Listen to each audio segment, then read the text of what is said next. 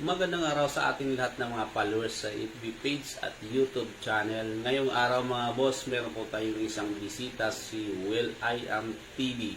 William Shell. Gusto niyang magpapakulay mga boss. Kakaibang kulay yung gusto niyang mangyari sa kanyang buhok.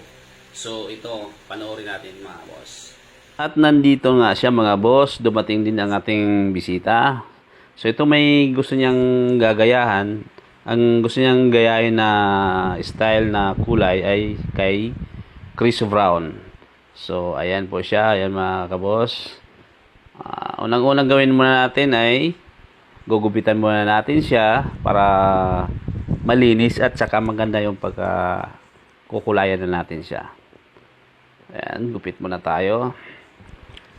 Sana panoorin yung mga boss hanggang matapos ang video ito. Maiksi lang naman to siya mga boss, para makita nyo ang kabuuhan.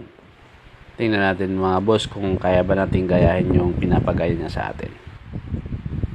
So ito mga boss, nag-bleach na tayo. Dalawang beses natin siya i-bleach mga boss para matanggal yung tayo to. Ito yung pangalawang bleach. So tapos na mag-bleach, ito na yung kulay na ikukulay natin sa kanya mga boss. Ayan, may style na gagayahin natin. Kagaya nung pinakita niya sa atin na style na ala Chris Brown style. Red, ang kulay niya red, yellow, violet, tsaka green. Dapat yung turquoise dapat wala tayong makukuha, kaya green na lang. So, ayan, pinapatuyo natin. Ayos na mga boss. Nagpapa-ukit pa siya mga boss, lab check. Makikita nyo. So, ito siya, lab check. Yan ang niya. Ayan siya.